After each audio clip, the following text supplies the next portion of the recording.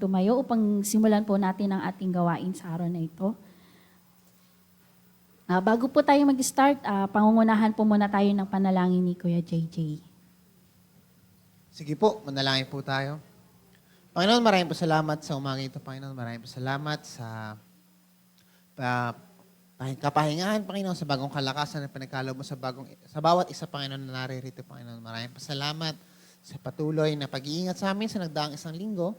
Patuloy na ikaw lamang na itaas at napapurihan, Panginoon, sa aming mga ginawa sa isang linggo, Panginoon. At sa araw na ito, sa umaga ito, Panginoon, patuloy na ikaw ang siyang maitaas mula sa simula ng aming gawain hanggang sa matapos ito, Panginoon. Patuloy na ikaw lamang ang makita, ikaw lamang ang mapapurihan sa umagang ito, Panginoon. Pinapanalangin po namin yung mga tatay sa harapan, sa music team, sa aming pastor, Panginoon, na maghahatid ng salita. Patuloy na ang katalinuhan na nagagaling lamang sa iyo ang siyang mapasa kanya, Panginoon, at hindi siya ang makita, kundi ikaw lamang, Panginoon, yung mga salita, Panginoon. Pinapanalangin din po namin ang aming mga kapatiran na wala pa sa lugar na ito, ang pag-iingat na nanggagaling lamang sa iyo, ang mapasa kanila upang makasama namin sila sa pakikinig ng salita, sa pagpupuri at bibigay ng pasasalamat, Panginoon, sa iyo.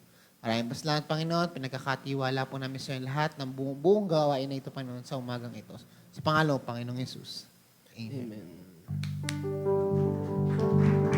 Sige po, tayo po'y magpuri at umawit sa ating Panginoong Diyos na buhay na siyang nagbibigay sa atin ng kalakasan at katagumpayan sa araw-araw. Hallelujah. God is the strength of my heart. God is the strength of my heart. God is the strength of my heart and my portion forever. God is the strength of my heart. God is the strength of my heart. God is the strength of my heart and my portion forever. Forever. Who am I in heaven but you? There is nothing on earth I desire beside you. My heart and my strength, many times they fail, but there is one truth that always will prevail. God is the strength of my heart. God is the strength of my heart. God is the strength of my heart and my portion forever. Forever. Who am I in heaven but you? There is nothing on earth I desire beside you. My heart and my strength. My heart and my strength, many times they fail, But there is one truth. but there is one truth that always will prevail. God is the strength of my heart. God is the strength of my heart. God is the strength of my heart and my portion forever. Oh, God is the strength of my heart. God is the strength of my heart. God is the strength of my heart and my portion forever. Forever. Who am I in heaven but you? There is nothing on earth I desire beside you. My heart and my strength,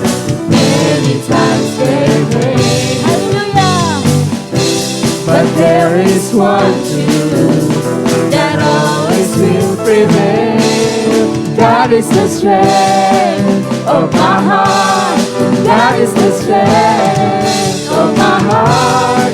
God is the strength of my heart and my portion forever.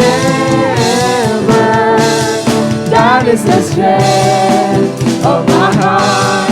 God is the strength of my heart. God is the strength of my heart and my portion forever. God is the strength of my heart. God is the strength of my heart. God is the strength of my heart and my portion forever.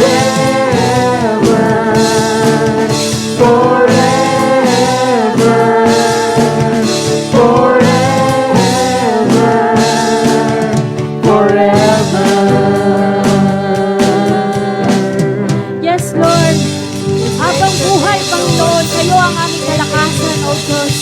Sa inyo kami aasa, Panginoon, ng anumang bagay, Lord, kadili sa mundo ito, Panginoon.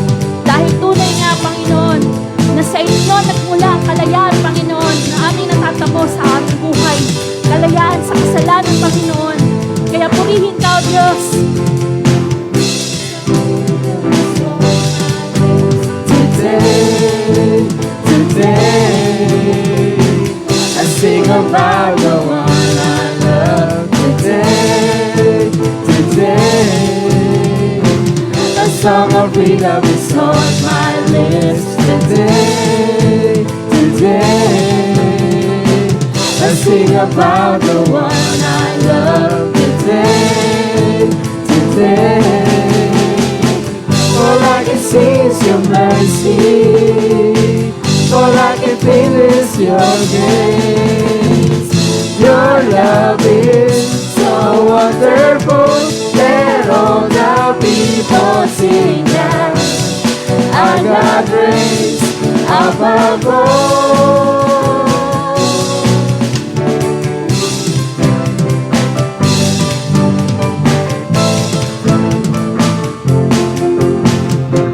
The song of freedom is on my lips today. I sing about the one I love today. A song of freedom is on my lips today. I sing about the one I love today. All I can see is your mercy. All I can feel is your grace. Your love is so wonderful. Let all the people sing that I got grace above all. Your love is so wonderful. Let all the people sing that I got grace above all. Your love is so wonderful. Let all the people sing that I got grace above all.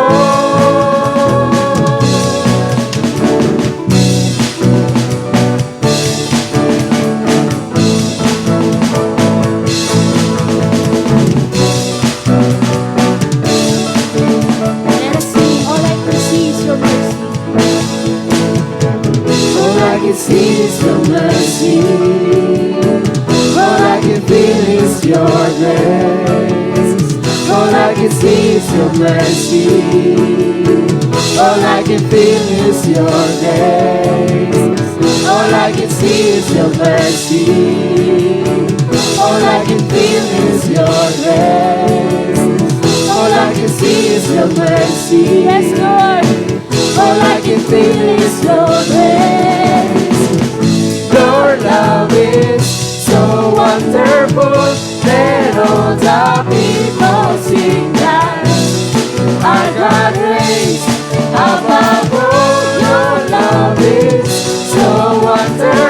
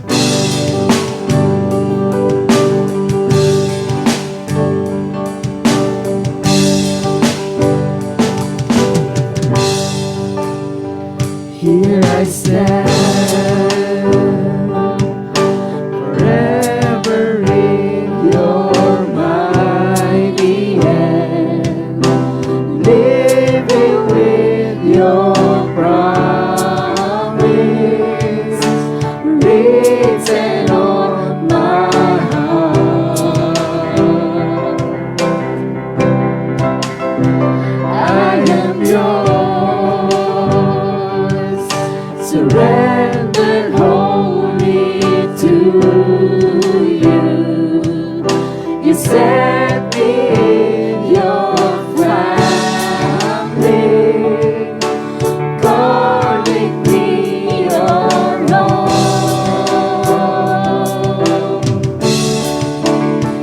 Now I belong to you, Lord. I need your spirit, your word, your truth. Hear my cry, my deep desire to know you more. In your name, I will lift my hands to the King. This anthem of praise I bring. Heaven knows I long to love you with all I am. I belong to you.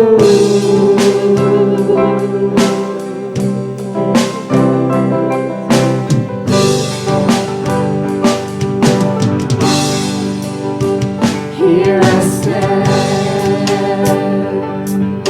forever with your mighty hand, living with your promise, written on my heart. I am yours, surrendered wholly to you. You set me in your family, calling me your own.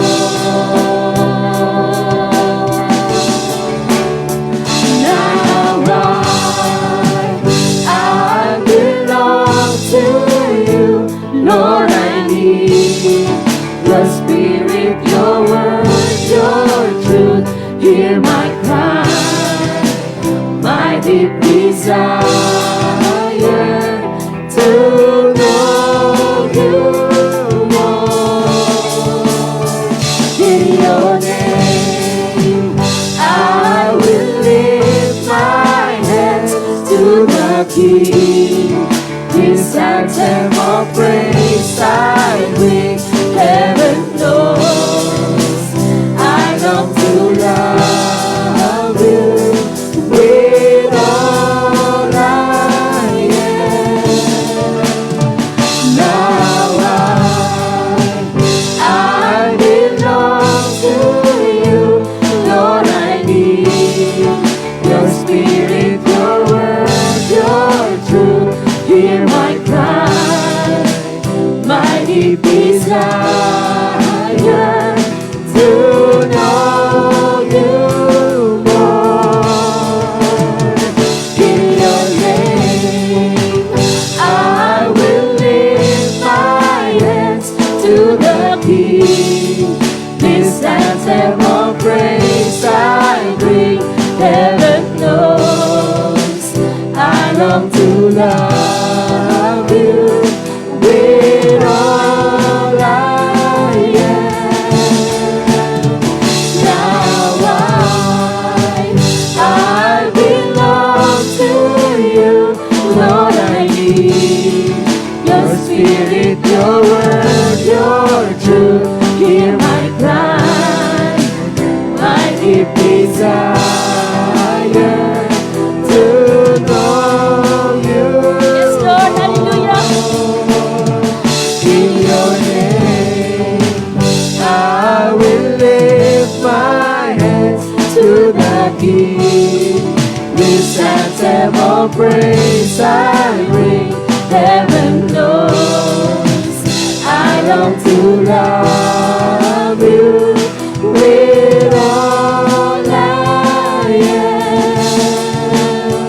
Now I belong to you, Lord. I need your spirit, your word, your truth. Hear my cry, my deep desire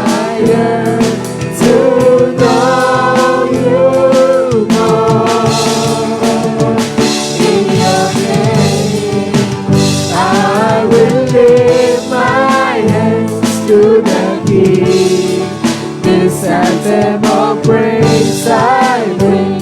Heaven knows I long to love you with all I am. I belong to you. I belong to you. I belong to you. Hallelujah. Yes, Lord. Purihin ka, Panginoon. Tunay nga kaming nagpapasalamat sa aming Panginoong Yesus na sa kanyang sakripisyo sa krus ng Kalbaryo, Panginoon. At aming itong pinanampalatayaan, Panginoon. Kami ngayon, O Diyos, ay tinatawag mong anak. At kami ngayon ay nakakalapit sa iyo bilang Ama. Kaya salamat sa iyo, Panginoon.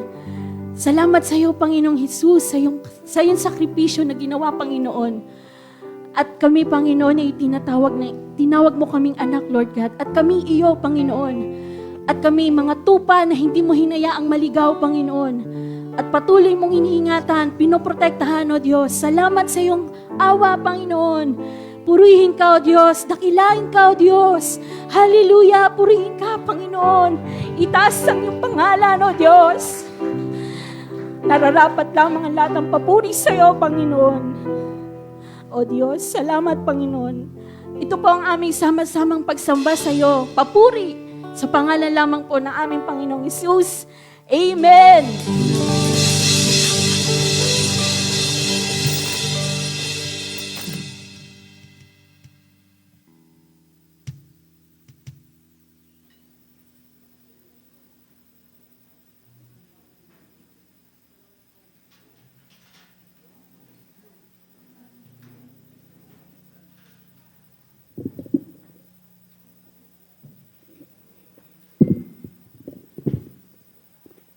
Magandang umaga po. Pakibati po yung katabi nyo. Yan, sabi mo, nagagalak ako, nandito ka ngayon. Ayan. Pati nasa likod, pakikumusta mo na rin. Yan. Kumusta ka na? Malakas mo siya. March 2 pa lang po. na-advance ng konti. 3 days na advance. Pero ganoon po, salamat sa Panginoon. 2 buwan na po ang nakakalipas. Maaari po ba natin palakpakan ang ating Panginoon? Meron po tayong Communion Sunday. So, Communion Sunday po tayo ngayon. Tayo po ay bibigyan ng pagkakataon na makibahagi sa communion bilang pag-alaala. Ito po ay tagubili ng ating Panginoon, alalahanin ng kanyang kamatayan. Ito po yung pagpapatibay ng grace covenant na meron tayo sa ngayon na atin pong tinatayuan. Ganon din po, mabatiin po natin ang mga birthday. May birthday ng March. Yung mga magse-celebrate ng kanila pong anniversary ng March. I-invite po namin kayo mamaya. Pero bago po yon, tandali po tayong yumukumuli. Tayo po'y manalangin. Aming Ama, salamat po sa pagkakataon na binigay mo sa amin upang awitan ka sa Espiritu at sa katotohanan. Salamat po, alam po namin na ang mga papuri ng iyong mga anak ay iyong pong tinatahanan at nagagalak kang lubos sa mga awiting ito. O Diyos, salamat po. Ang aming pong dalangin, patuloy kaming mapagpala ng iyong pong mga salita. Makita po namin ang mga katotohanan nito sa paggabay po ng iyong banal na Espiritu at patuloy po sa pamamagitan ng iyong pong mga salita, mabago po ang aming kaisipan at mabago po ang aming pong buhay na patuloy, ikaw ang maitaas at ikaw ang maluwalhati. Ito po ang aming dalangin sa pangalan ng aming Panginoong Hesus. Amen at amen. Minsan pa po, palakpakan natin ng malakas ang ating Panginoon. Salamat sa Panginoon at tapos natin ang 3 John. Bagamat hindi ganun ka specific na tinapos natin ang 1 John, 2 John at 3 John. Di ko na po babasahin ng buo ang 3 John 1 to 15. Pero recall ko lamang po, review lang natin ng konti. Ano po yung mga bagay, yung mga katotohanan na atin pong pinag-aralan last Sunday. Number 1, be faithful, have humility, be compassionate, and be partners with Christ. Titingnan po natin yan sa kabuuan. Yan po yung mga pwede nating i-apply sa panahon natin na nakita rin naman ng mga mananampalataya noon kung gaano kahalaga ang katapatan. No, sa maliliit na bagay, nakikita o hindi, magkaroon po ng humility. Tulad ng ating Panginoong Yesus, He humbled Himself, sabi po ng Pilipos. Be compassionate. Ano po ang pagkakaiba ng compassionate? Nakikita natin yung problema, nakikita natin yung mga situation, pero gumagawa tayo ng kaparaanan para tayo maging solusyon o makatulong sa mga bagay na iyon. That is compassionate. Hindi lang natin nakikita, hindi mo lang sinasabi, oh, mahal kita sa Panginoon. Pero gumagawa ka ng kaparaanan sa kakayanang ibinigay sa iyo ng Diyos, sa biyaya ng Diyos upang ikaw ay maging kabahagi nito, nakikita man o hindi. Nagiging matapat tayo sa Panginoon. At yun po ay pagiging kabahagi sa gawain ng ating Panginoong Yesus o pagiging kabahagi niya.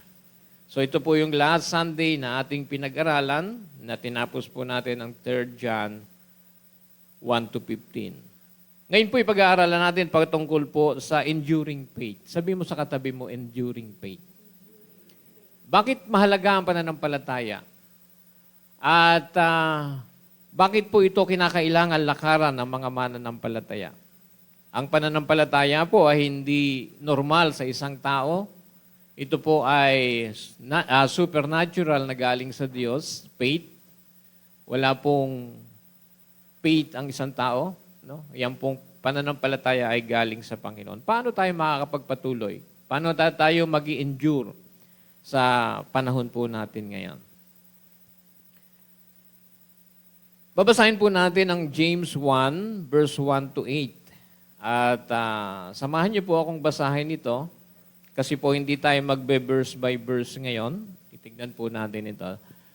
So, basahin po natin ang sabay-sabay. 8 verses lamang po. Ang ESV ang atin pong basahin. Amen po? 1, 2, go. Servant of God and of the Lord Jesus Christ, the 12 tribes in the dispersion, greetings. Count it all joy, my brothers, when you meet trials of various kinds. Verse 3, for you know that the testing of your faith produces steadfastness. Verse 4, and let steadfastness have its full effect, that you may be perfect and complete, lacking in nothing. Verse 5, if anyone wisdom generously to all without reproach, and it will be given him. But let him ask in faith, no doubting, for the one who doubts is like a wave of the sea that is driven and tossed by the wind. Verse 7.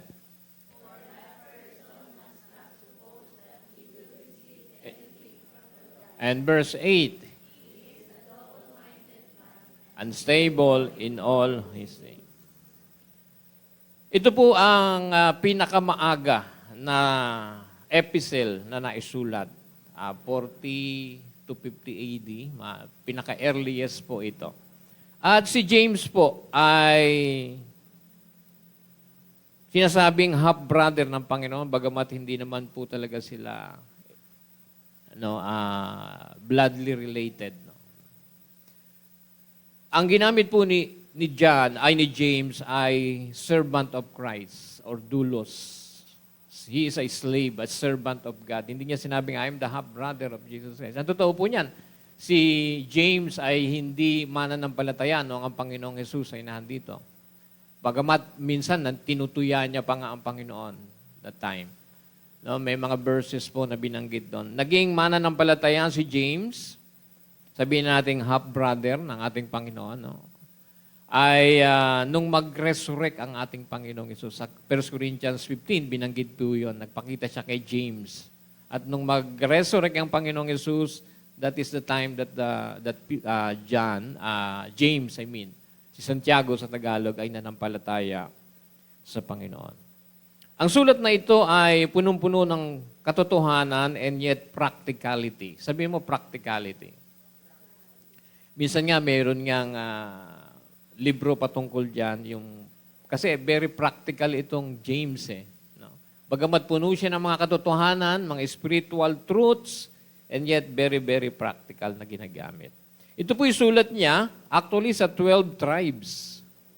Sa dysphoria o dispersation ng 12 tribes. Sa 12 tribes po yan o mga mananampalataya ng mga Hudyo. Christian Jews po ito na scattered during doon sa persecution. Maaring nagsimula ito probably nung si Stephen ay batuhin hanggang mamatay. Noon scattered po sila. At persecution, ibig sabihin, pinersecute sila. At nangyari na rin po ito, ang dispersation ng mga Hudyo sa panahon po na mga naunang panahon, yung Assyrian sa bayan ng Israel, yung Babylonia ay sa Judah. No, nag-disperse po talaga sila. At sa panahon ito, mga mananampalataya po itong sinulatan, the 12 tribes o mga mananampalataya na Kristiyano. Mananampalataya ng mga Hudyo, scattered po sila. Yung pag-aaralan po natin, paano tinitignan ng Diyos ang mga pagsubok sa buhay at paano ito dapat ipamuhay ng isang mananampalataya. Tandaan po natin, nasa persecution po sila. 12, wala siyang partikular na lugar na ina-address, pero ito po ay sa mga mananampalataya ng mga Hudyo, paano po ito magiging kapaki-pakinabang sa mga mananampalataya noon na naging kapaki-pakinabang sa kanila noon. Titignan po natin, paano po sila. Sa James, mababasa din natin ang mga social status. May mayaman, may mahirap. Sa panahon po ba natin, sa isang simbahan, merong mayaman? Maring ikaw yon. Meron din namang sabihin natin sa social status ay hindi ganun kahirap, hindi ganun kayaman, pero nagpo-provide ang Diyos, sabihin natin ganun. Pero totoo, aminin po natin, merong social status sa loob ng church. May mayaman, merong may kaya, meron talagang wala. May mga pagkakataon pa nga sa ibang mga churches, talagang naglalakad lang ang mga mananampalataya kasi wala silang kakayanan. Na pamasahe man lang o anuman, pero talagang makikita mo yung desire nila na mag-church. Na magpunta, nandun yung joy nila na magkasama-sama bilang mga mananampalataya tuwing araw ng, sa atin po, Sunday. Sa kanila po, almost every day. Pag binasa natin sa Acts, every day. From house to house, they share communion. So marami kasi, ang gusto po noon sa panahon nila, hindi naman po palakihan ng lugar. Yung po ay house church. Mga maliliit na tahanan na kung saan po nagtitipo ng mga mananampalataya. Sa panahon po natin ngayon, mahilig tayo sa instant o instantaneous. Amen po? Sino po naka-attend ng mga birthday parties? Ano nakikita nyo sa birthday parties? Pagkain. Ano? Alba, party ng mga bata, ano nakikita nyo doon? Ice cream. Cake. Ano pa? Diba? Andun na lahat. Spaghetti, kukunin mo na lang, isa-serve na sa'yo. Ano pa yung isang pinakasikat? Hindi pagkain. Photo booth. Sabi mo, photo booth. Dati pag nag-picture, sa panahon namin, pag kinunan ka ng picture, kukunin mo yung pinapadevelop mo, sabihin, balikan mo after 15 days. Hintay ka, no? Sabik na sabik ka. Ano kaya itsura ko sa picture? Pero ngayon, within 3 minutes, pag kinunan ka sa photo booth, ano nangyayari? Tatayo ka lang. Hindi ka na maiinip. Makikita mo na yung picture. Sa panahon po natin ngayon, napakahilig natin sa instant. Pero bilang mga mananampalataya, tuturuan tayo ng Panginoon at tinuturuan din po tayo patungkol po sa maraming bagay at titignan po natin ito, pag-aaralan po natin. Meron pong isang lugar, walang cash na ginagamit. Nagulat po kami, nag-uusap po. Pagka gumamit ka ng cash, kasi kaming mga matatanda, hindi naman kami techie, di ba? Mahirap eh. Pero, pag naggamit ka ng cash sa kanila, merong service charge. Imbis na mabawasan dahil cash ang ibibigay mo, magdadagdag ka pa. Sabi ko, grabe naman to. Kasi ang gamit nila ay cashless. Mabilis. Di mo ba? Maging ang balita, di ba ang bilis, nasa ibang lugar, sa ibang bansa, within seconds, boom, nasa iyo na. Di ba? Buhay pa nung tinetext sa'yo. Sa panahon noon, napakatagal, di mo ba? Kaya pagka sumulat ka, alam mo, ikaw ay buntis, kabuhanan mo, sumulat ka sa iyong may bahay, o sa iyong asawa na sa ibang bansa, kailangan sabihin mo, nanganak na ako. Kasi pagdating ng sulat doon, sigurado nanganak ka na. Hindi mo sasabihin, kabuhanan ko ngayon. Sabi mo, nanganak na ako. Kasi, ang tagal.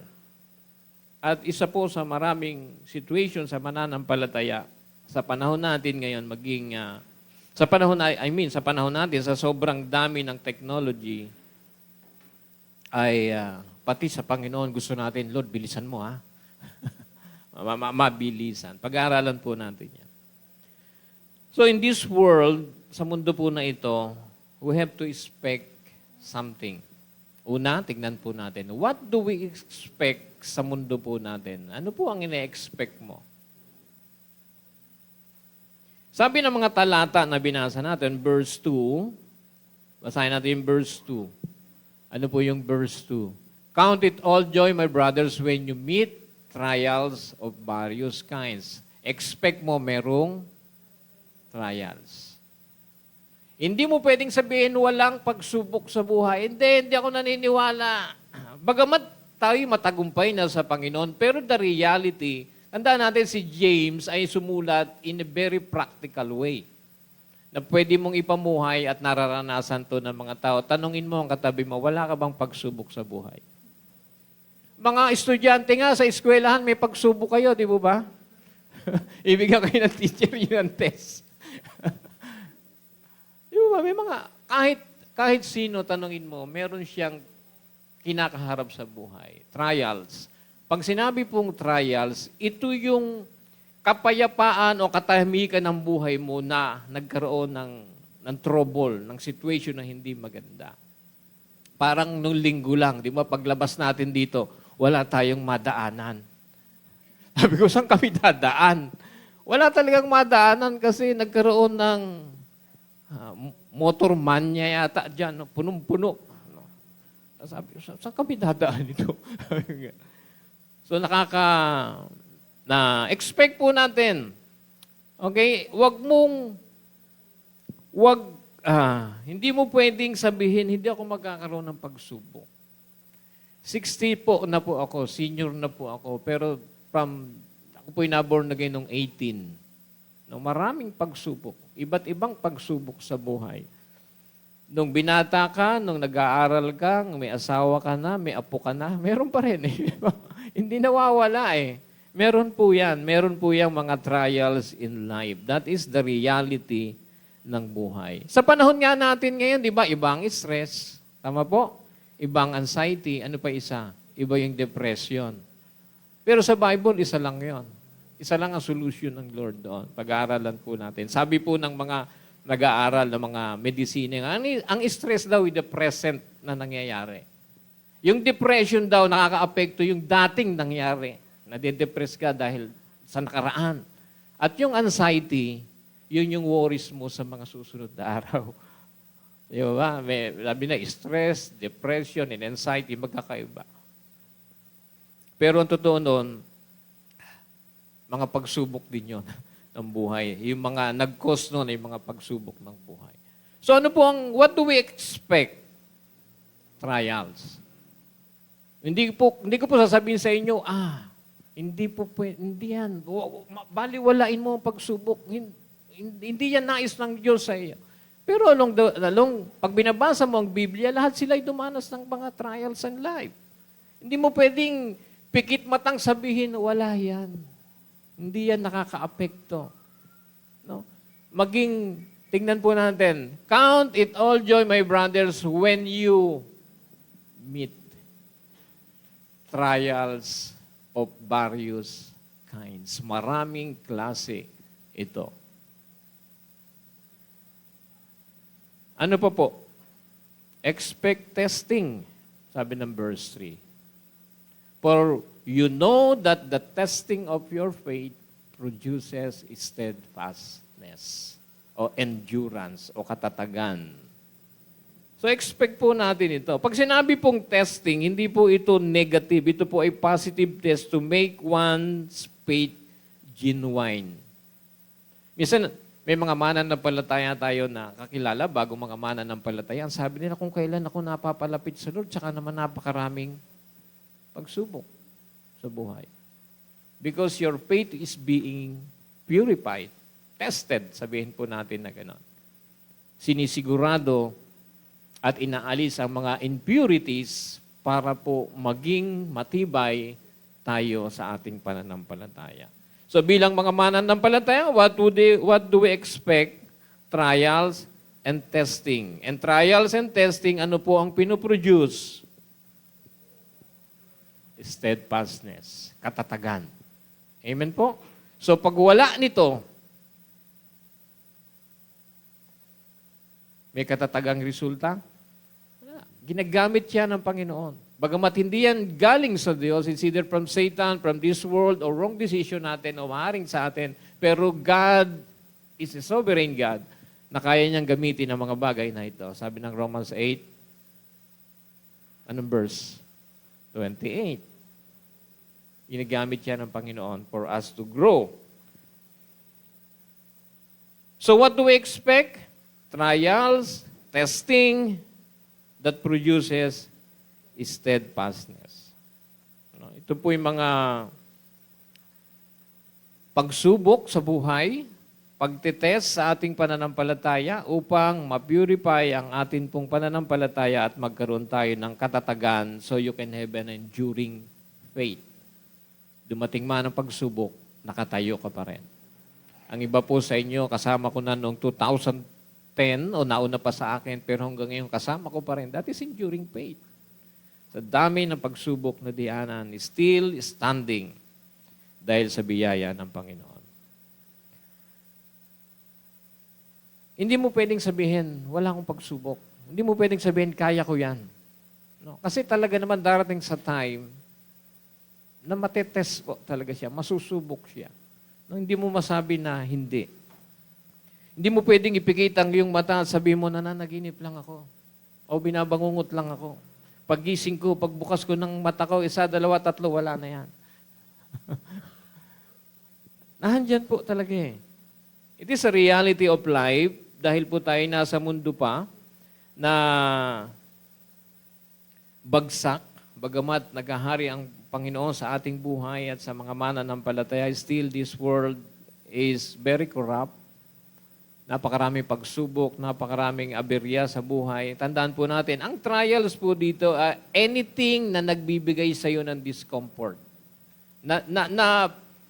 Yung payapa mong buhay na bulabog, nayanig, na-shake. No? Ito po ay mga pagsubok ng buhay, trials sa atin pong mga buhay. That is trials. And testing po dito ay hindi para ikaw ay ibagsak. Hindi para ikaw ay igupo, kundi para i-purify so you can stand in the faith sa iyong buhay pananampalataya. Hindi ito nagsasuggest. Sa verse 4, let us read verse 4. So let it grow, and let its steadfastness have its full effect, that you may be perfect, complete, lacking in nothing. Hindi naman ibig sabihin yan sinless perfection. Hindi po. Ibig lang sabihin yan, meron kang kapayapaan inside you. Hindi yan perfectong Christian. No? Hindi yan sinless life. Meron po yung kapanatagan na sa kabila ng pagsubok ay nakatatayo ka. A life of faithful endurance and in trouble and affliction. Nananatili ka nakatindig, nakatayo sa buhay. What do we expect? Trials, testing, that result is steadfastness. How do we respond? Sa mga binasa nating mga verses, how do we respond? Paano tinuruan ni James yung mga mananampalataya noon upang tumugon, paano ang marapat na pagtugon sa mga situation na meron po tayo. Ano ang unang nakaka-apekto sa iyo pag meron kang pagsubok sa buhay? Emotion, nai-stress ka. Nagkakaroon ka ng anxiety. Alam niyo po, yung nangyari nung Sunday, naka-apekto po sa akin the whole week. Sabi ko, puting magpe-pray kami pag matutulog. Ano naman kaya mangyayari sa linggo? May dadaanan kaya kami. Kaya tinext ko po yung ibang mga kapatid, mga tatay, tinext ko, sabi ko, please help kung paano natin ito masisettle. At salamat sa Panginoon. Tinugon naman po ng Panginoon. Nagkaroon naman po yata ng kaayusan ngayon. Amen po. Maayos po sa baba ngayon. Nakapag-park po kayo. Kasi kami nag-park sa gilid na lang. Kasi puro single na motor ang nakalagay po dyan. Dahil nagkaroon po ng malaking revival sa kabila.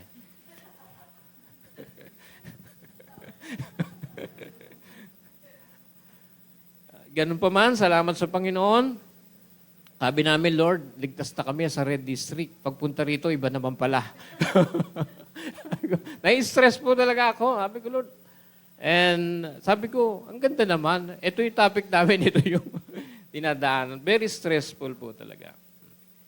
Lahat naman ng tao, iba't ibang klase ng pag-respond sa mga trials. Merong mga tao na pagka sinyer mo yung problem sa kanila, yung situation mo, sabi, wala, ang liit niyan, Brad. Simple lang ang solusyon diyan. Sabi nung kausap mo. Pero sa'yo, napakabigat na nun eh. Di mo ba? So may advice din si James. How can we handle yung mga ganong situation sa buhay? How do we respond? Verse 2, ano po ang sabi? Count it all joy. Hindi ibig sabihin, nagagalak kayo, may problema ako. Yes, may problema ako. Hindi naman gano'n. No, because mayroong resulta siyang maganda sa buhay. Can you say amen? Hindi ka natutuwa. Sabi ng Hebrews, pagka mayroong pagtutuwid, hindi yan maganda. Ang mga anak natin, ewan ko lang kung tinagamit pa ng mga magulang yung pagpalo. Di ba ba? Nakakita ka na ba ng bata, pinapalo mo, tumatawa pa? Yes.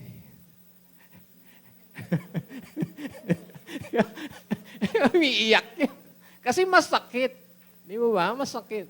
How can we respond? Sabi ng Bible, we respond in trials with joy.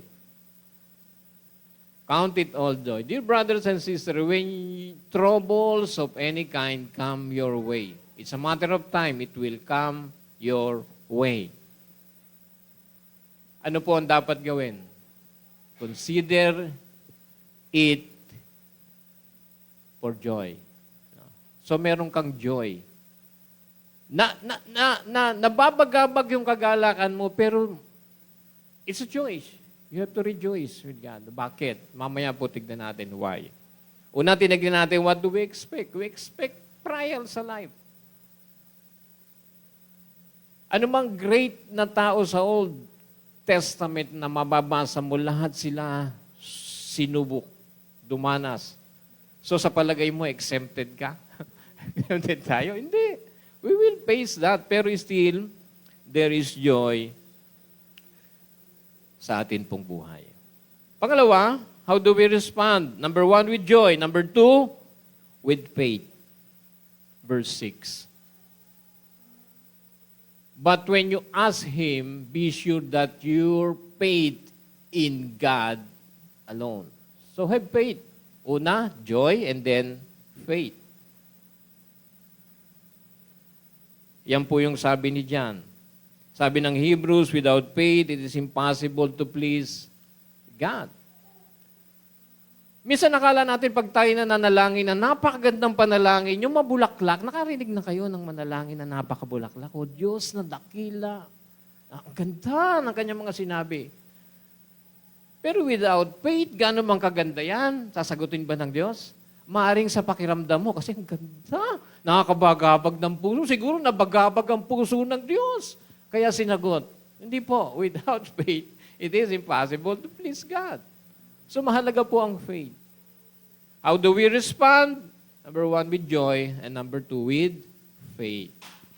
Manampalataya tayo. And then what shall we ask? In the midst of trials and troubles in life, what shall we ask? Ano ang dapat nating hingin? O idalangin, Lord, alisin mo. Yun ang unang-una, di ba? Lord, alisin mo ako sa sitwasyon na ito. Lord, alisin mo tong sitwasyon na ito sa buhay ko. Tulad ng panalangin ni Paul. No? Di ba? Meron siyang thorn in the flesh. Sabi niya, Lord, alisin mo po ito. Ilang beses? 3 times he prayed the same prayer. Sabi ng Lord, my grace is sufficient for you. God allow Paul to go through. Daanan niya ito. Because the grace of God ay nagmag-manifest. So sa text natin, what shall we ask God? Ano ang dapat nating hingin sa Diyos when trials and situations sa ating buong buhay at sigurado namang dadaanan natin, what shall we ask? Ano ang dapat mong hingin? Pwede ka manalangin ng strength? Yes. Pwede ka manalangin ng, Lord, alisin mo ako? Pwede rin naman. Hindi naman sinasabi ng Diyos, bawal yan. No? Pwede ka humingi. Pero sa binasa natin, what shall we ask God? Ano po? Wisdom. Sabi po ng verse 5, if you need wisdom, ask God. If you need money, ask your husband. So sa situation, sa trial, sa problems ng buhay, ano ang dapat natin hingin? Wisdom from God. You ask for wisdom. You ask, Lord, why ito inaalaw mo? Kasi masasayang yung situation mo if hindi tayo matututo. Hindi natin makikita yung wisdom na ibibigay sa atin ng Diyos na kaparaanan. Last week, sabi ko, Lord, alam ni Ate John, na yung magpe-pray kami sa gabi, Lord, huwag na nangyari na Sunday. Tanongin niyo po siya. And the Lord impressed, He gave us wisdom para magaangan yung aking pong pakiramdam. I text brothers and sisters. Sabi ko, tulungan nyo na, una, ipanalangin. Pangalawa, tulungan nyo kung paano maisasaayos. At salamat sa Panginoon, may mga kapatid na kumausap at nagkaroon po ng maayos na pag-uusap. No, salamat po. Salamat sa Panginoon. We ask God for wisdom. Tatanungin mo ang Diyos, Lord, give me wisdom how to handle the situation. Can you say amen? And the Bible give us the qualities. Ano yung quality na dapat na meron ng isang mananampalataya?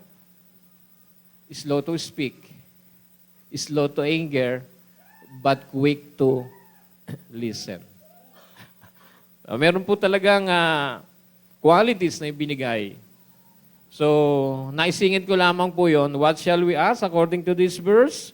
Wisdom. And what is wisdom? Sabi ng James 3:17 and 18. But the wisdom from above is first pure, then peaceable, gentle, open to reason, full of mercy and fruits, good fruits, impartial and sincere. And verse 18, may 18 po na ilagay. Lagay po yung 18. Ito. And a harvest of righteousness is sown in peace by those who make peace. May mga iba pa pong verses, pero that is wisdom. And isa pa pong meaning, wisdom, ito po yon, right word, right time, right tone. It helps us to know how to act and speak in different situations. Na-experience na po kayo na yung reaction mo sa situation, pinagsisihan mo. Nangyari po sa akin yan. Namin mag-asawa. May date kami mag-asawa. Sabi namin, kain tayo rito, mukhang masarap. Kain kami, naupo kami, tinanong kami. Sabi ko, habang nakaupo kami, tinanong namin kasi first time namin, sabi niya ganito, sabi ng waiter. Nung o-order na kami, sabi ng isang waiter, sandali lang po. Pinalipas namin, tumawag kami ulit, sandali lang po. Pangatlo, tumawag po kami ulit. Sabi, sandali lang po. Sabi ko kay Mrs., tumayo na tayo, malis na tayo rito. Different situation, different reaction. Sabi ko, mali yung reaction ko. Mali yung reaction ko. So, learn from that. Talagang binago, tinuturuan ng Panginoon. Sabi ni Ate Chona, tinuturuan ka ng Diyos na maghintay. So, ibang situation, talaga po, tumayo talaga kami, tinitignan kami, nagtataka siya. Sabi ko, 3 times na ako nag-ask, and 3 times niya ako nireject. Eh, tumayo na lang po kami. Sarap pa naman ang kwentuhan namin. Sabi ko, mukhang masarap to. So, what is wisdom? Is right word, right time, and right tone. Hindi lang right word, hindi lang right time, right tone. And that comes from God. No? That comes from God. What are the qualities? Slow to speak. Sa verse, ano po yan? 19 ng James 1:19. Doon niyo po yan mababasa. The qualities of a believer when you face trials or situation. Tandaan natin, ang trials, hindi lang masasabi natin pagsubok. Anything that disrupt your peace, no, ng iyong kapayapaan, ng normal mong buhay. So we ask wisdom. At sabi ng Colossus 2 verse 3, I want to read this verse. Nailagay po ba? In Him lie hidden all the treasures of wisdom and knowledge is on the Lord Jesus Christ. Siya po yung, sa Kanya po talaga nagagaling ito. Wisdom comes from God. Meron tayong mga head knowledge. Meron tayong accumulated knowledge. Napakarami niyan sa mundo. Napakarami niyan. At sabi ko nga kay Ate Jonah, ang dami namin reading assignments. Sumasakit ang ulo ko. Tinext ko niya, Pastor, pasensya ka na, pwede bang extend mo ng ilang weeks yung aking reflection kasi hindi ko magawa. Sabi niya, sige po, Pastor. Muntik na lang sabihin sa akin, basta hindi pa nag-rapture. Kasi believe it or not, my teacher in one of my subjects, wala pa yata pong 30 years old. Wala pa sa half ng age ko. But the respect ay nahandun po. He is our teacher. No? The pastor na nagtuturo po sa amin. What shall we ask? It is wisdom. Hindi yan, meron kang accumulated knowledge. Marami kang pwedeng matutunan sa mundo. Marami kang pwedeng basahin na libro. Sandamakmak. Pero wisdom comes from God. It is the right word, the right time, the right tone, in the right situation. And that is wisdom, and wisdom comes only from God. We ask God for wisdom. Naikwento ko na po ito. Every time na kami po idadalaw sa may sakit, especially sa mga ospital, na open naman po dati, pero ngayon medyo restricted pa po yata yung iba. We ask for wisdom. Hindi lang sa amin, kundi pati yun sa mga tao na ipagpe-pray mo. Kasi it is useless to pray for healing without knowing ano ang tinuturo ng Diyos sa kanila that time. Ano ang nais ng Diyos na iparating sa kanila that time. So, mahalaga po ba ang wisdom every time we face situation? Yes. That is the right action, right word, right respond na dapat natin gawin sa mga situations po ng buhay. Wisdom is how to navigate life in the midst of unpleasant situation. Wisdom on how to navigate life in the midst of unpleasant situation. Lord, anong gagawin mo namin? Saan ko po pwedeng dalhin? Halimbawa, kung may sakit, Lord, saan ko dadalhin? Sa manghihilot po ba? Diba? You ask God for wisdom. Sometimes God will tell you, call this person, call this. That is wisdom from God. Hindi ang sarili mong abilidad, yan ay galing sa Diyos. And so every time we face trials, testing in life, Ask God for wisdom. Ano ang hindrances? Bakit tayo hindi nakakahingi sa Panginoon? What are the hindrances? Ano mga balakid?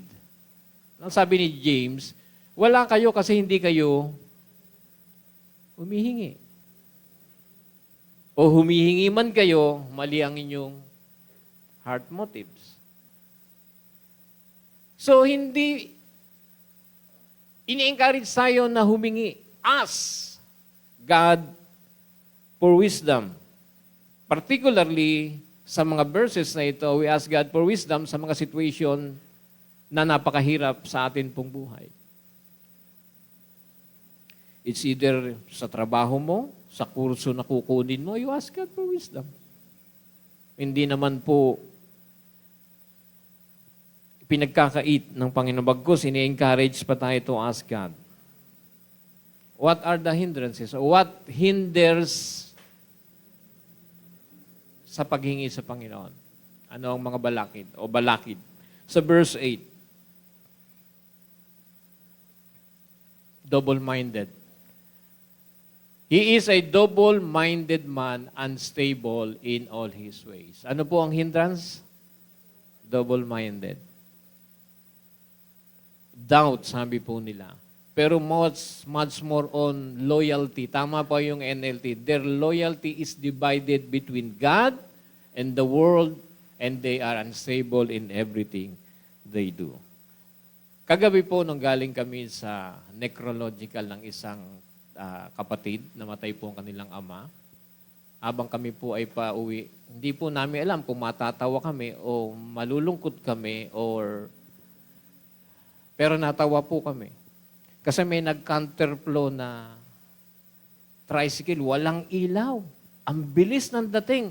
So yung aking pamangkin, si Jong, nagdahan-dahan. Kasi hindi alam kung didiretso ba o gigilid ba o papasok ba. Hindi namin alam kung ano gawin. Double-minded siya. Basta pumasok siya, hindi niya alam kung papasok siya uli o gigilid siya o didiretso siya. Then nagminor ngayon yung pamangkin ko. Minor si Jong. May umovertake na NMAX. Naku, bag! Ako sabi na, one ball. Sabi nung tricycle, hindi alam kung kakaliwa o kakana, bag. Bunggo na lang. When people, kung tayo po ay magkakaroon ng loyalty, undivided o divided loyalty, disaster will happen. And that's exactly what happened. Sabi ni John, they will receive nothing from God. Kasi, maaaring yung kalahati nasa Diyos, yung kalahati nasa sariling kalakasan o kakayanan. That hinders sa atin pong paghingi sa Panginoon. Yung double-minded. Sabi mo, double-minded. Hindi mo alam kung, Panginoon, God alone, or your ability, or ano yung ino-offer ng mundo. Ayan. It's either God alone, or man's ability, or human ability, o yung abilidad natin. Hindi mo naman po maaalis na meron kang kakayanang ibinigay ng Diyos. Kung minsan dyan tayo nagdidepende.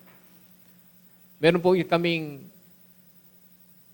I hope, magagalak naman po yung doktora na may hawak po sa amin. Meron kaming doktora na tuwan-tuwa po kasi kami kausap siya. Tuwan-tuwa rin naman po kami siyang kausap namin. Sabi niya, dumating sa pagkakataon, doktora po ito, sabi niya, hindi ako nag-rely kung anong kakayanan ko. Yung natutunan ko sa medisina, yung practice ko sa medisina, I ask God for wisdom kung anong ihahatol kong gamot patungkol dito. Kasi ang dami na daw pong mga doktor na nagbigay ng reseta, ng mga payo. Pero lahat hindi umubra. At dumating sa kanya yung situation na yon, and he asked God for wisdom. And exactly God gave him what to do. And nagulat yung mga doktor, pero hindi namin naisip yan.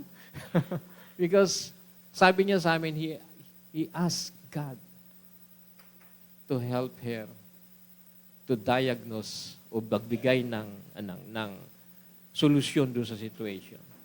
Sabi ko, ang galing. Kaya pag nakikita po kami, para kaming magkakaibigan. Nagatawanan, nagkukwentuhan. Sabi nga namin ni Mrs., naiinip na yata yung kasunod, tagalan natin dito sa loob. So, anong abilidad? Kaninong abilidad ang gusto mo? Yung pong double-minded yan, hindi po yan doubt. Yan po ay yung pong loyalty mo nasaan ba? Nasaan ba? Saan ba yan nakapanig? Nakapanig ba yan sa'yo o God alone? O Diyos lang mismo? Ang iyo pong tinatahanan, pinananahanan o pinananaligan. Divided loyalty po yan. Di po ba? Pag divided loyalty, parang politika ba? Hindi naman po siguro. It is a divided loyalty. Ang tanong po, paano natin malalabanan ang situation na ito sa atin pong buhay? Paano natin malalabanan na hindi maging divided yung atin pong tiwala sa Diyos? Sa Diyos, o sa iyo, o sa mundo. Mapunta lang lahat sa Diyos. Di ba? Kasi kung hati, may mapapala, may resulta, wala. Sabi ni James, none. Wala. So kailangan, marapat, na yung ating loyalty ay sa Diyos lang. Para itong mga hindrances na ito, at kung paano tayo tutugon, magawa natin with joy and with faith, paano yung makakayanan, ito pong, paano tayo makakalapit sa Diyos, pakahingi ng wisdom, no? Paano tayo magre-react sa mga situation na meron po tayo sa buhay.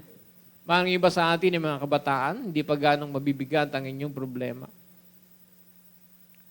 Maring ang problema nyo lang ay gusto nyo 90 ang grade nyo. Humingi na lang kayo sa nanay nyo ng grade. Bibigyan kayo ng grade nyo. Sigurado kayo babagsak nyo.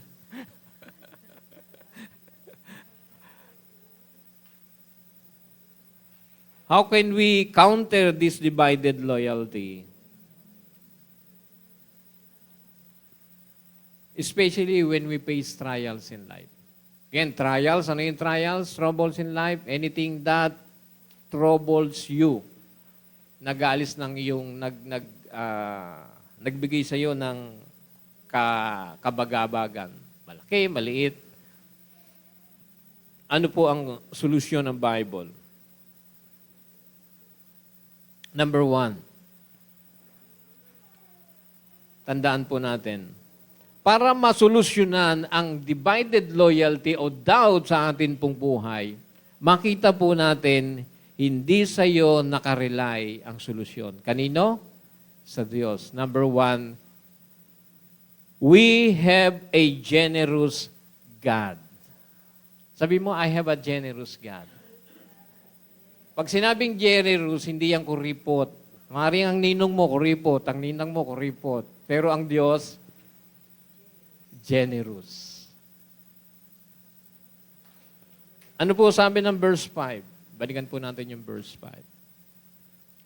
If any one of you lack wisdom, hindi po knowledge, wisdom, let him ask God.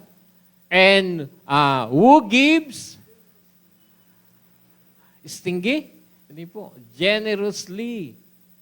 To all without reproach, and it will be given him. Can you say amen? Sabi mo, I have a generous God. So pag humingi ka sa Diyos, in general, dito po ay wisdom, pag humingi ka sa Diyos, Lord, ibigay mo yung sapat na pangangailangan. Humingi ka na ng dagdag. Di ba? Generous ang Diyos eh. Generally, He's a generous God. Sabi nga ng Romans, kung ang anak ay naibigay, ano pa sa iyong akala, itong mga bagay na ito hindi kayang ibigay ng Diyos? Pinag-iisip ni Paul, yung mga mananampalataya sa Romans. Sabi niya, kung ang Diyos, anak ay naibigay, paano pa itong mga bagay na pangangailangan natin sa temporaryong mundo na ito, na temporaryong bagay na ibibigay sa iyo, hindi kayang ibigay? So ano po ang una? para maalis, ma-counter natin yung divided loyalty natin, yung doubt sa buhay. Ano po ang unang natin tignan? We have a generous God. Can you say amen? James 1:5. Again, basahin po natin. If you need wisdom, ask God, as our generous God, sabi ng NLT, and He will give it to you. The problem is, we don't ask God. We ask the brothers. We ask, unang-unang pumapasok sa isip natin, sino ba ang kakilala natin sa ganitong ospital? Sino ba ang kakilala natin na pwedeng lapitan? Sino ba ang malakas? We forget to ask a generous God because He will touch that person before you come to them. Can you say amen? Ginagamit naman sila ng Diyos, pero you have to ask God. Number 2, when we ask God, He will not reproach us. Verse 5 again. Who gives generously to all without reproach. Maaaring sabi, ano yung reproach? Walang pagmamaramot sa Tagalog. Ito po yun. God does not want us to hesitate. Sabi mo, hesitate. Kasi may agam-agam ka, kaya ka hindi humihingi. Kasi iniisip mo, di naman ako karapat-dapat, natural lang sa akin na dumanas ng ganito kasi matigas ang ulo ko. You ask God for wisdom. Bakit ibinibigay? Inaalaw ng Diyos. Without a reproach in verse 5 means God does not want us to hesitate to come to Him. Lumapit sa Diyos. Nag-hesitate po kasi. Kaya tayo hindi nakakalapit, hindi nakakahingi kasi meron tayong hesitation. Ang sabi ng Diyos, wag. Amen po? Sabi ng Hebrews 4:16. Kaya basahin po natin ang Hebrews 4:16.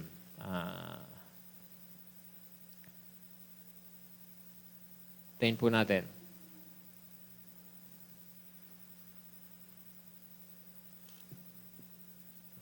Ayan. Therefore, let us approach the throne of grace with boldness so that we may receive what?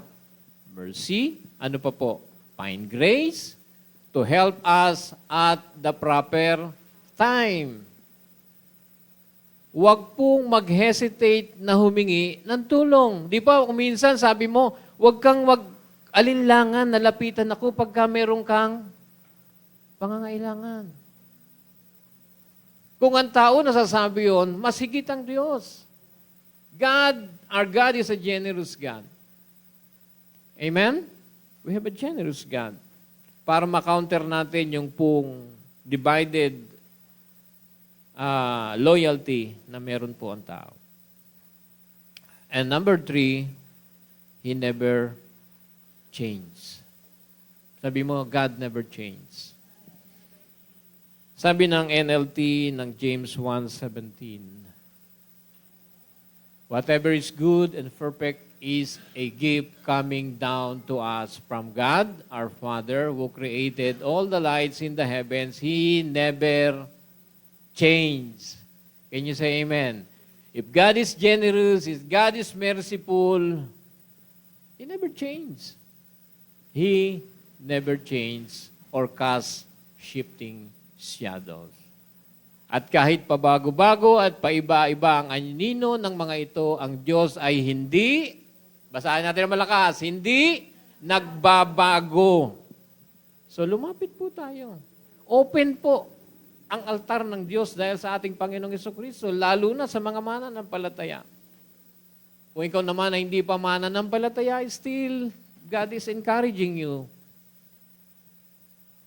na lumapit sa Diyos sa pamagitan ng ating Panginoong Jesucristo. So ano po ang take home natin sa araw na ito? Ano po ang iuwi natin sa ating pong pag-uwi sa ating tahanan? Ask God for wisdom. Can you say amen? Sabi mo sa katabi mo, ask God for wisdom. So yun yung magiging counter natin sa double-minded or inability or divided loyalty na meron tayo. Always ask God. At if I may add to that, do not hesitate. Amen? Do not hesitate. Ask God for wisdom. Tayo pong lahat ay tumayo at tayo po ay manalangin at ihanda din po natin ang atin pong mga sarili sa communion. At napakaganda po na alalahanin ang kamatayan, pagkabuhay na maguli, at muling pagparito ng ating Panginoong Yesus. Napakaganda po na alalahanin ang kanya pong kamatayan kasi that is the reason kung bakit po tayo nandito. Kung bakit tayo po ay nakatayo sa biyaya at awa ng Diyos ay dahil po sa covenant na ito, the covenant of grace na pinagtibay po ng dugo ng ating Panginoong Yesus. I mean, sa pamagitan ng kanya pong kamatayan. Isa pong pribilehiyo na alalahanin ang kanya pong dakilang kamatayan. Tayo pong lahat ay yumuko, tayo po'y manalangin. Aming Ama, marami pong salamat sa iyong mga salita na amin pong pinag-aralan, na ang amin pong confidence ay hindi sa abilidad ng tao at hindi rin sa abilidad ng mundo, kung hindi nasa iyo lamang. Dalangin namin, O Diyos, as we ask wisdom in every situation ng amin pong buhay, we believe you are a generous God at kagustuhan mo na kami po'y dumulog sa iyo. Tulungan mo kami na wag mag-hesitate na lumapit po sa iyo, O Diyos. At salamat po, ikaw po'y Diyos na hindi nagbabago. Panginoon, salamat. Sabi ng Hebrews 13:8, Jesus is the same yesterday, today, and forever. Panginoon, sa hapon pong ito, sa umaga pong ito, kami po'y nagpapasalamat sapagkat kami magiging kabahagi ng iyo pong ipinagtagubilin na alalahanin ng iyong kamatayan hanggang sa muli mong pagbabalik. Panginoon, narito po ang bawat isa. Hindi po kami perfecto pa. Nagkakasala pa po kami everyday ng amin pong buhay. Maliit o malalaking bagay, nakakagawa po kami ng mga bagay na nakasasalansang sa iyo, na nakapagbibigay kalungkutan sa banal na Espiritu. Inaamin po namin, Panginoon, we made mistakes at ito po'y mga kasalanan sa iyo pong harapan. At nakikiagree po kami, ito po'y kasalanan na nagagawa po namin. O Diyos, amin po itong inilalapit sa iyo at kami nagpapasalamat dahil alam po namin lahat ito'y kasamang binayaran mo sa krus ng Kalbaryo. O Diyos, kami binihisan mo ng katuwiran, kaya po kami nakatitindig, nakatatayo sa iyong harapan at magiging kabahagi sa pag-ala-ala sa pamamagitan po sa pagkain at pag-inom ng tinapay na walang libadura at ng katas ng ubas na nagsisimbolo ng iyo pong banal na dugo. O Diyos, marami pong salamat. Igawad mo nga po sa amin ang kagalakan. Kagalakan na alalahanin na meron pong pagsambat, pagdakila sa iyong ginawa doon sa krus ng Kalbaryo. Salamat po, Panginoon. Patuloy ka po na maluwalhati habang amin po itong ginagawa. Ito po ang aming dalangin. Ito po ang aming pasasalamat. Sa pangalan mo, aming Panginoong Jesus. Amen at amen.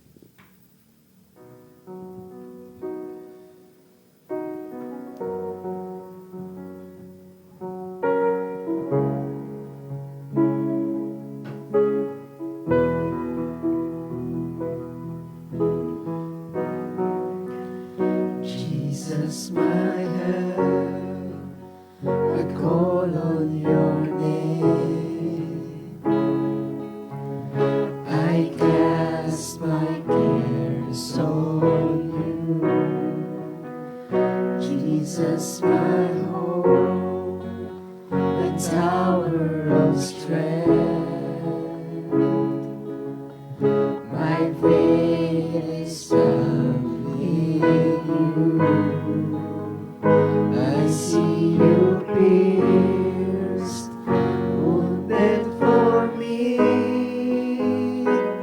When I look to the cross, I see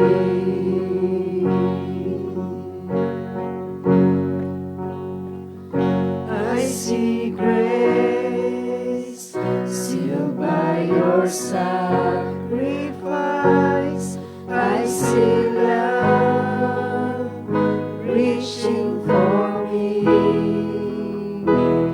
Precious blood washes and sanctifies, healing flows, setting me free. I see grace.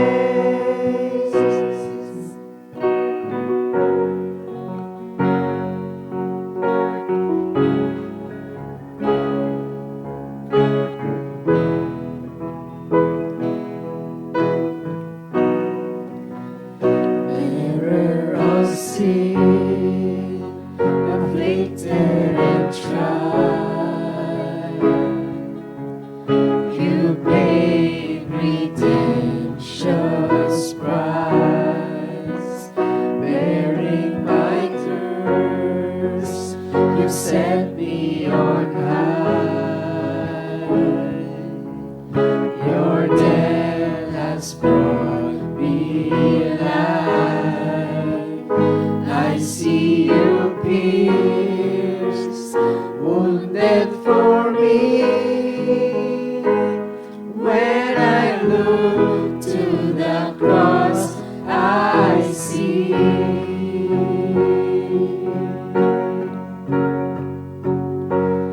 I see grace, sealed by your sacrifice. I see love reaching for me. Precious blood washes and sanctifies, healing flows, setting me free. I see grace.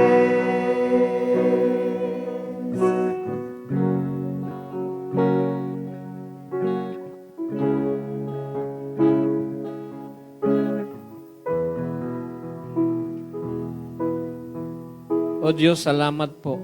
Tunay nga po ang iyong pong kamatayan ay pagpapakita ng iyong mayamang biyaya sa amin pong lahat. Hindi kami marapat, pero pinaging marapat mo dahil po sa iyong kamatayan doon sa krus ng Kalbaryo. Maluwalhati ka, Panginoon, sa amin pong gagawin bilang pag-aalaala sa iyo pong dakilang kamatayan sa krus ng Kalbaryo. Letter from Paul to the Church of Corinth, chapter 11, verse 23, and the succeeding verses. For I received from the Lord what I also delivered to you, that the Lord Jesus, on the night when he was betrayed, took bread, and when he had given thanks, he broke it and said, "This is my body, which is for you. Do this in remembrance of me." Sabay-sabay po natin gawin.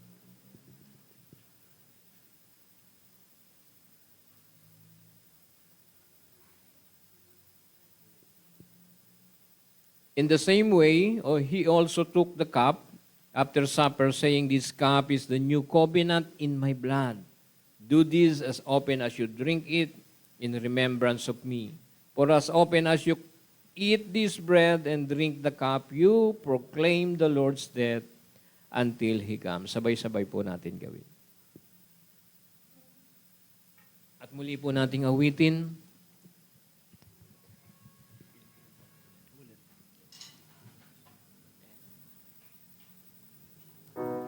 At this time, awitin po natin ito ng buong puso, buong pasasalamat as we meditate on the message of the song. Hallelujah. We thank you, Lord. We want to bless your name. We want to adore you, O Lord. We want to worship you. Hallelujah. Hallelujah. Sing it to the Lord. Jesus, my help, I call on your name. I cast my cares on you. You want to lift your hands to the Lord, you can do it. Jesus, my hope, You can do so. Pwede mo the pong gawin. tower of strength. Sing it with all your heart, all your mind. Is found Hallelujah. Oh, we thank you, Lord. Thank you, Jesus. I see you be Oh, hallelujah. wounded for me. When I look to the cross, I see. Hallelujah, Lord. Thank you, Jesus. I see grace sealed by your sacrifice.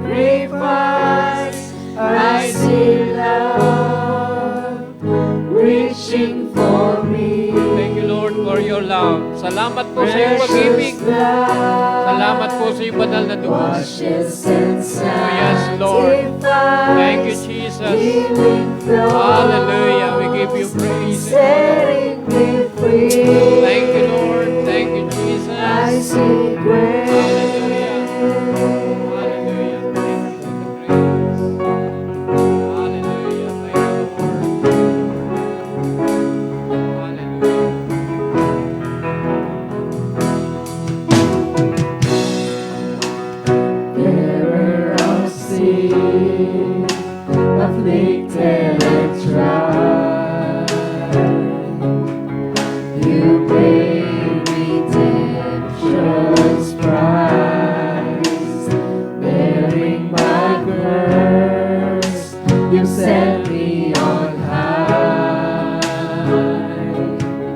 Your death has brought me life.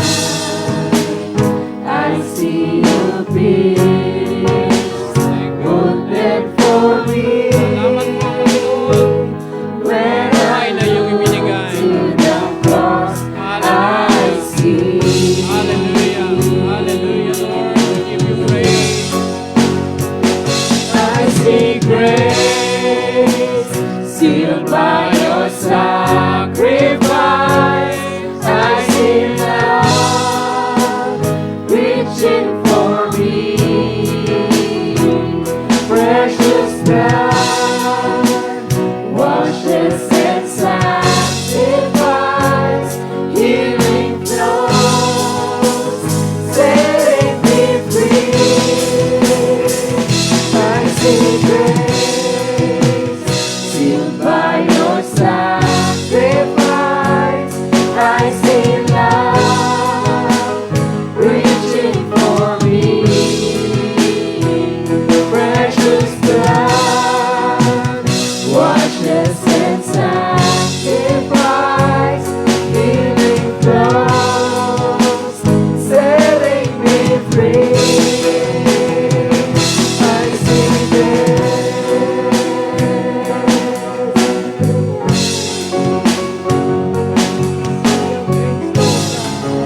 Hallelujah. Salamat po sa buhay na iyong binigay sa amin. Salamat po sa buhay na masagana. Salamat po sa kagalingang espiritual at kagalingang pisikal, Panginoon. Salamat po. Salamat po sa aming mga anak. Salamat po sa aming mga apo. Salamat po sa mga kapatid sa Panginoon. Thank you, Lord. wounded for me. Salamat sa kagalingan at buhay na walang hanggan. To the cross, I see.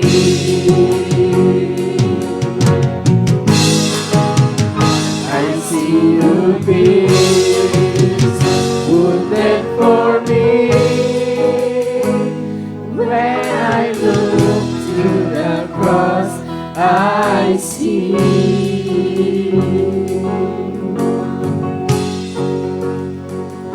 I see grace sealed by your sacrifice.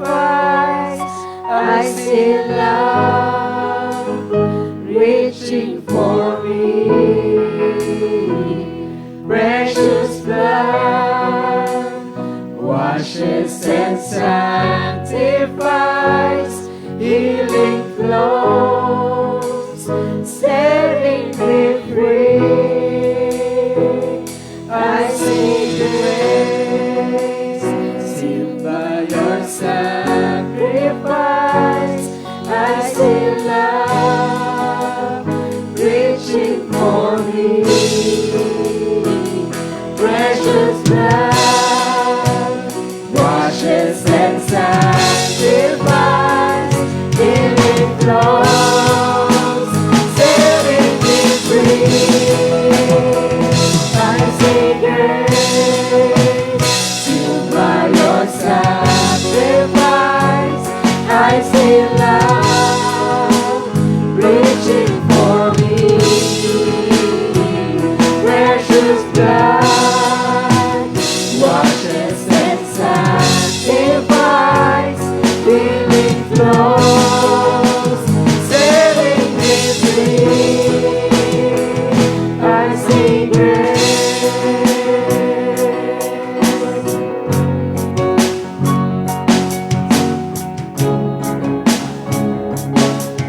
Thank you, Lord, sa iyong mayamang biyaya. I sing grace. Thank you, Lord. Pumagita ng iyong kamatayan, kami po'y nakatatayo sa iyong mayamang biyaya, O Diyos. Thank you, Jesus. Hallelujah. I sing grace. Thank you, Lord. Oh, we praise you, O God. Salamat po, Diyos, sa iyong mayamang biyaya. Meron kaming buhay na walang hanggan, meron kaming buhay na pinagpala, meron kaming lahat-lahat sa buhay dahil po sa iyong pong kabutihan sa amin. O Diyos, salamat po. Inaalala namin ang iyong pong kamatayan. Kamatayan ang dulot sa iyo nito at paghihirap, pero sa mga sumampalataya sa amin po ng mga mananampalataya at nanampalataya sa iyo, ito po'y katagumpayan sa buhay at sa buhay na iyo pong binigay po sa amin. O Diyos, sa iyo po ang papuri, sa iyo po ang pagsamba, ang pagluwalhati. At ito po ang aming idinadalangin at pinagpapasalamat sa pangalan pong pinakamakapangyarihan sa lahat. Sa pangalan mo, aming Panginoong Yesus, at tayo magsabi ng malakas na Amen. Amen at Amen. Isang malakas na palakpak sa ating Panginoon. Thank you, Lord. Thank you, Lord. Salamat po. Bago po natin ipanalangin ng mga birthday celebrants at saka po yung mga merong anniversary ng kanila pong mga kasal, tayo po ay dumako sa pagbibigay sa gawain ng Panginoon. Nawagan ko po ako. Diyan po ba si Cedric? Wala po, Si Ced po ang naka-assign. Sige po, hawakan po natin ang ating mga kaloob at tayo po'y manalangin. Aming Diyos, salamat po. Hindi lamang po papapalang espiritual ang iyong pinag-umapaw sa amin po mga buhay. Maging po financially, ay binigyan mo kami ng kakayanan para magbigay sa iyo. O Diyos, salamat. We recognize na ito pong lahat ay galing po sa iyo. Amin po itong dadalhin sa harapan. Masaya, bukas ang aming kalooban, may kagalakan, at ito po'y deklarasyon ng amin pong pananampalataya na ang lahat ng meron kami mula po sa iyo. Salamat po, Panginoon. Patuloy po itong magamit sa local church ng JRB. Ito po ang aming dalangin na may pagpapasalamat sa pangalan mo, aming Panginoong Yesus. Amen. Anong oras na po? It's giving time. In a grateful heart, in a song of praise, in an affection, I bless your name. Thank you, Lord. I just wanna thank you, Lord. Thank you, Lord. I just wanna thank you, Lord. Thank you, Lord.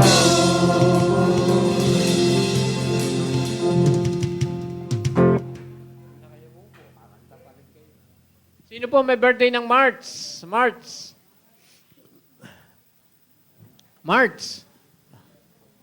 Marso. Ate Sara, ate po. Sino pa po? March. Carl, March. Hindi, may yan eh. Lahat po ng may anniversary, tayo. Ayan, lahat po ng may anniversary. Nako, buong pamilya po yata namin ito. Tara, sila Limuel. Umuwi na?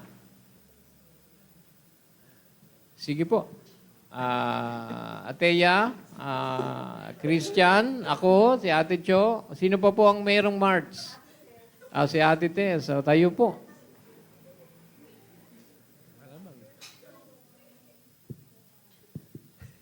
Birthday, anniversary po kami at si Ateya. Sige po, tara para may pag-pray na po tayo ni Jaira. Kaya nga nakapink yan eh. Sige po, tayo dito. Yan. Pastor Jaira, panalangin niyo po kami bago tayo mag-closing prayer. Dito po ako sa gilid, Kaya nahanap niyo ako. Sige po. Ating ipanalangin ang ating mga kapatid sa harapan. Ating ituon ang ating mga kamay bilang tanda ng pakikisa sa panalangin. Tayo po ay dumulog sa Panginoon. O Diyos, maraming salamat po, Panginoon, sa mga kapatid namin sa Panginoon na nasa harapan. Tunay, Panginoon, sa mga nagdiriwang, Panginoon, ang kanilang karawan. Tunay nga na kami po ay nagkapasalamat sapagkat kayo po ang nagdagdag, Panginoon, ng panibagong taon at nagdagdag nga po, Panginoon, sa kanilang mga buhay.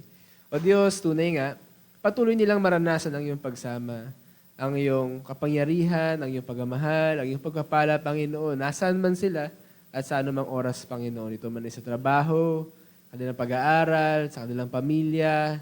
O Diyos, kayo po ang magpakita, Panginoon, at patuloy magparanas ng iyong kabutihan at katapatan, Panginoon, sa kanilang buhay.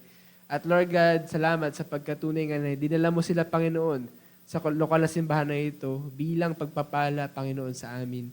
Kaya, O Diyos, kami po ay patuloy na idunudulog at tinataas sila sa inyo. At, O Diyos, kung meron man sila mga personal na dalangin na kanilang ibinibigay sa iyo, kayo nga po, Lord God, ang tumugon nito ayon sa iyong magandang kalooban at plano para sa kanilang mga buhay. At tunay nga, sila at kami, Panginoon, at higit lalo, Panginoon, sila na magdiriwang ngayong taon, ngayong buwan ng kanilang karawan, tunay na ang kanilang buhay, hawak-hawak mo, Panginoon. Kaya napaka-secure at napakaganda, Panginoon, ng iyong nais, Panginoon, sa kanilang mga buhay.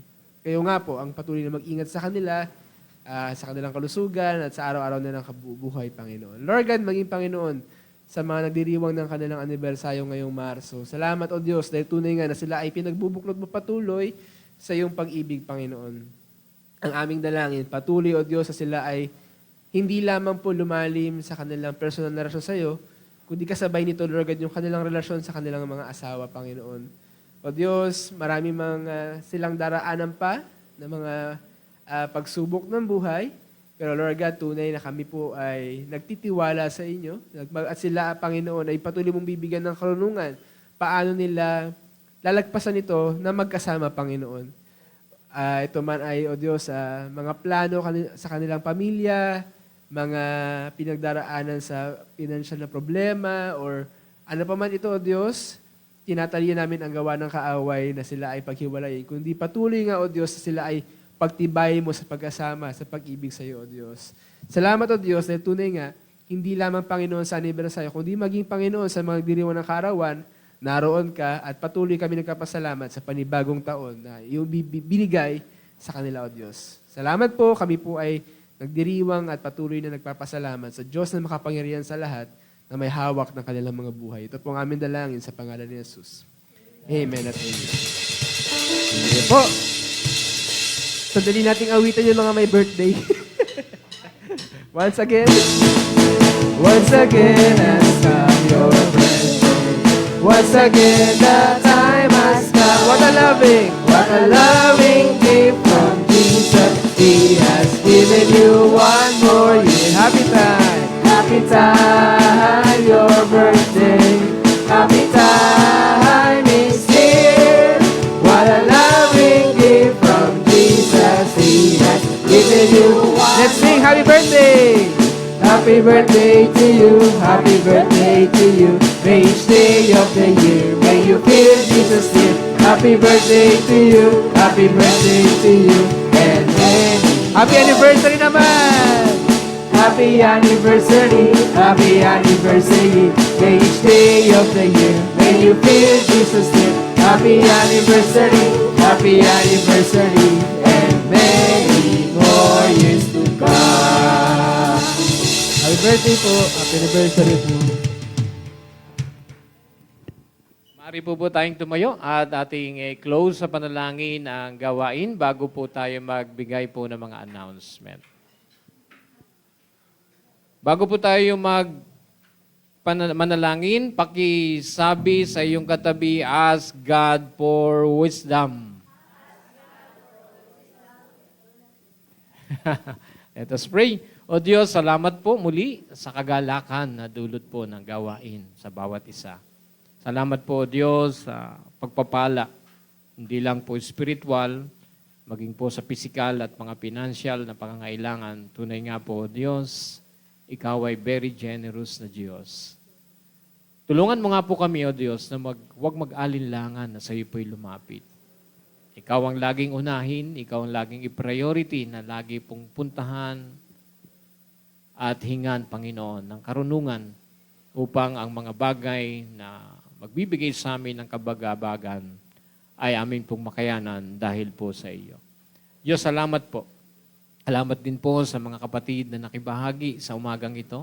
Mga kapatid na nanonood, mga kapatid, Panginoon, na nasa kanilang tahanan. Patuloy nga po, lahat kami ay patuloy mong kilusin upang magkaroon ng kagalakan na makarating din po sa mga gawain. Diyos, salamat po sa mga kapatid na nandito. Patuloy nga po ang iyong pag-iingat, ang iyong proteksyon, ang aming pong inaangkin, at patuloy, Panginoon, ang buhay naming ito na iyong pong binigay, na iyong iniingatan, na iyong pong babalikan. Ang aming pong dalangin, O Diyos, patuloy ito'y maging dalisay sa pamagitan ng anumang pong mga situation na aming kakaharapin, mas magningning ang aming Panginoon sa amin pong mga buhay. Salamat po, O Diyos, at ang pagpupuri at pagsamba ay tanging sa iyo lamang. Ito po ang aming dinadalangin at pinagpapasalamat sa pangalan mo po, aming Panginoong Jesus, at tayo po'y magsabi ng malakas na Amen. Amen at Amen. Maaari po tayong makaupo sandali at